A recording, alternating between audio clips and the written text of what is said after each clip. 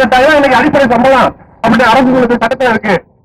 அதே மாதிரி மாவட்ட ஆட்சியர் இந்த ஒப்பந்த நிறுவனங்களுக்கு தினக்கூலி அடிப்படையில 713 ரூபாய் நிர்ணயிக்கணும் அப்படின்னு சொல்றாங்க.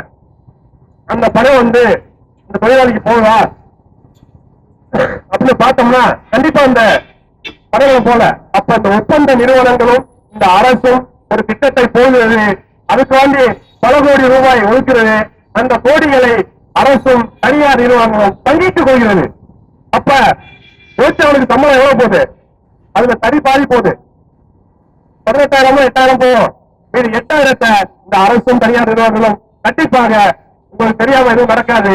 நீங்க எடுத்துக்கிற காசை நீங்க கண்டிப்பா உழைப்பு மக்களுக்கு கொடுத்தே ஆகணும். இந்த பொது சுகாதாரத்துறையில் உள்ள தொழிலாளர்களுக்கு என்ன சம்பளம் ஒதுக்கப்படுகிறதோ அதை அப்படியே கொண்டு வந்து கொடுக்கணும். ஏன் இடையில நீங்க கிபிஎம் கிறிஸ்டியனு டிவிக்கு வெற்றி கொடுப்பலாம் 108 வச்சிருக்கீங்க? பெரிய இந்தியாவிலே சுகாதாரத்துறையை நாங்க தான் மிக